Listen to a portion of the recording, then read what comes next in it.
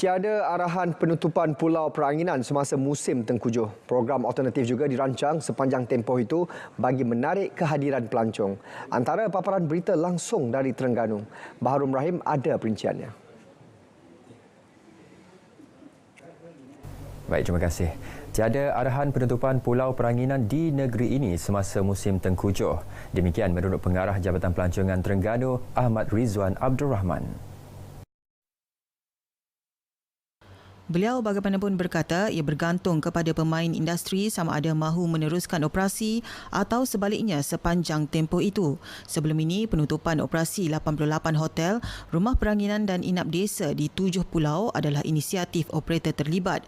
Sepanjang tempoh musim tengkujuh, beberapa aktiviti dan program alternatif dirancang bagi menarik kedatangan pelancong. Masih lagi meneruskan beberapa program di musim tengkujuh ini, contohnya di kawasan Kenyai Geopark. Di kawasan Kenyai Geopark ini untuk akhir tahun ini kita ada satu program iaitu dikenali sebagai monsoon casting. Iaitu pertandingan memancing di kawasan Tasik Kenyai. Dan melibatkan kehadiran peserta juga daripada luar negara. Beliau menyatakannya di Kuala Terengganu. Program Ziarah Kasih Madani Care di bawah Yadim Terengganu menyantuni dua beradik yang mengalami kemalangan ketika pulang dari sekolah di Batu Rakit, Kuala Nerus Ogos lalu. Program yang disertai guru Sekolah Menengah Kebangsaan SMK Batu Rakit itu menziarahi dua pelajarnya Wan Nur Syamimi Wan Zulkifli 17 tahun bersama adiknya Wan Muhammad Irfan Wan Zulkifli 14 tahun yang masih lagi tidak dapat hadir ke sekolah. Mereka menerima sumbangan berbentuk wang tunai disampaikan Pengarah Yadim Terengganu Nasrul Hadi Saidin. Di samping sebagai galakan dan sokongan supaya terus belajar walaupun dalam keadaan cedera, belajar secara rumah, dan kita juga berharap pihak sekolah. Alhamdulillah pihak sekolah dah 2-3 kali hadir ke rumah ini untuk memantau pembelajaran sebab pelajar ini juga salah seorang pelajar cemerlang.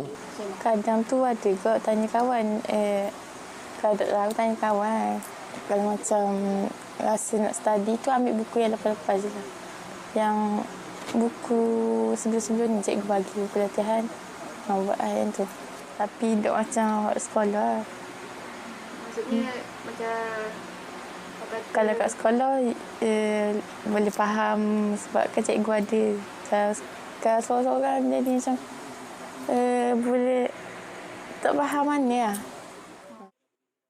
Wan Nur Syamimi mengalami patah kaki kanan dan cedera di kepala, manakala adiknya Wan Muhammad Irfan patah kaki, tangan dan luka di muka. Pengurusan harta pusaka dalam kalangan masyarakat masih rendah dengan hanya 50% yang memulakan perancangan pewarisan lebih awal.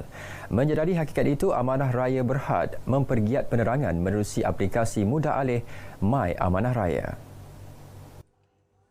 Pengarah Urusan Amanah Raya Ahmad Faizal Sulaiman Khan berkata aplikasi itu membolehkan pelanggan mengenal pasti ejen Amanah Raya berhampiran, menyemak, mengesah dan mendapatkan khidmat nasihat percuma mengenai penulisan wasiat. Malah pelbagai produk dan khidmatan Amanah Raya diintegrasikan melalui satu sistem. Lebih menarik, orang ramai boleh memohon dan mendaftar sebagai ejen bagi menjana pendapatan tambahan. Saya berharaplah rakyat akan mengambil peluang ini kerana penerapan tentang kepentingan wasiat ini agak kurang di Malaysia. Bukan 50% saja. Jadi sebagai syarikat milik penuh kerajaan, kami bertanggungjawablah untuk meningkatkan kesedaran ini. Aplikasi itu memudahkan perancangan pewarisan lebih awal bagi memastikan harta dan amanah yang ditinggalkan diurus dengan baik. Sekian paparan berita dari Terengganu, dari Sungai Kesegara, Palestin pasti merdeka. Assalamualaikum dan salam Malaysia Madani.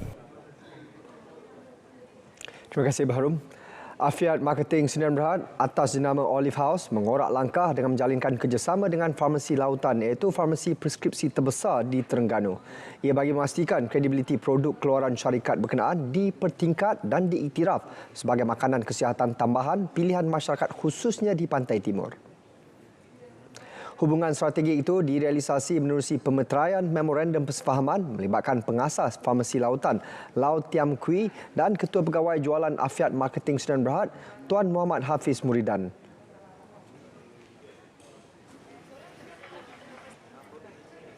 Dengan kita menembusi pasaran farmasi, khasnya kalau di komuniti Pantai Timur ni melalui lautan farmasi, dia boleh meningkatkan kredibiliti Olive House. Jadi nak masuk pun produk Olive House ke farmasi ni, farmasi pun kena terima Olive House. Jadinya sebab itu sebelum kita masuk farmasi, pelbagai hubungan jalinan strategik yang kita buat. Dengan kerjasama ini barulah farmasi ni boleh buka mata. Dengan mereka buka mata, dia pun boleh terima kita.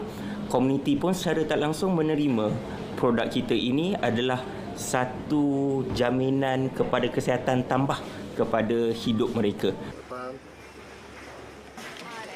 Buat permulaan, dua produk Olive House iaitu minyak zaitun extra virgin dan Tocotrienol soft gels akan dipasarkan di 42 outlet lautan di seluruh Terengganu dan Kelantan. Boleh bagi manfaat lah kesihatan tu.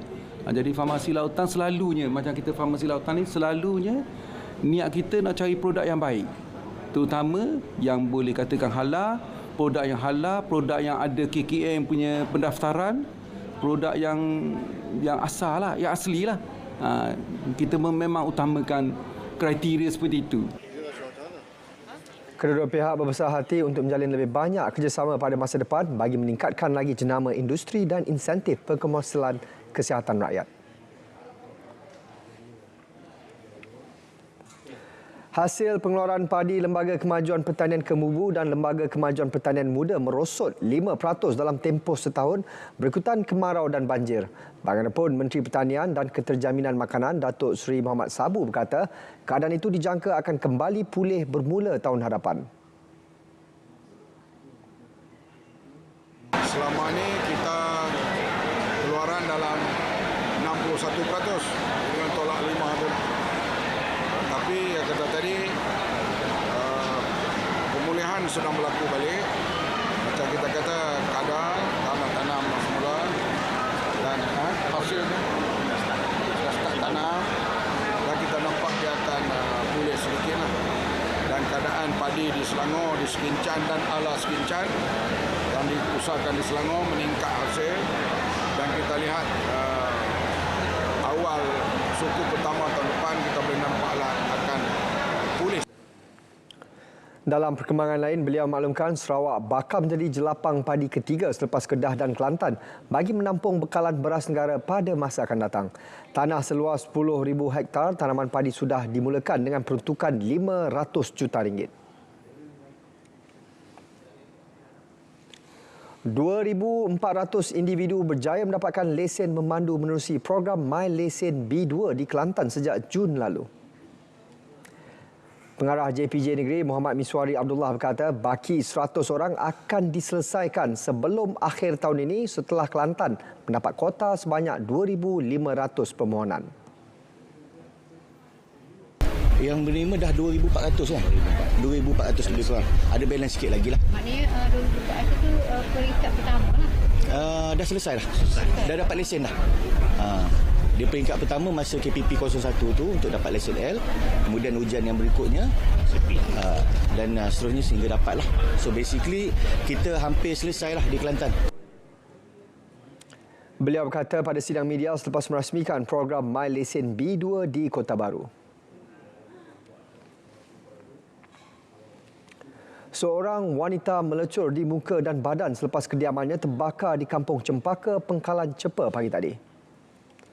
Komando Operasi Balai Bomba dan Penyelamat Pangkalan Cepa, Pegawai Bomba Kanan 2 Asri Harun berkata pihaknya menerima panggilan kecemasan pada 10.13 pagi.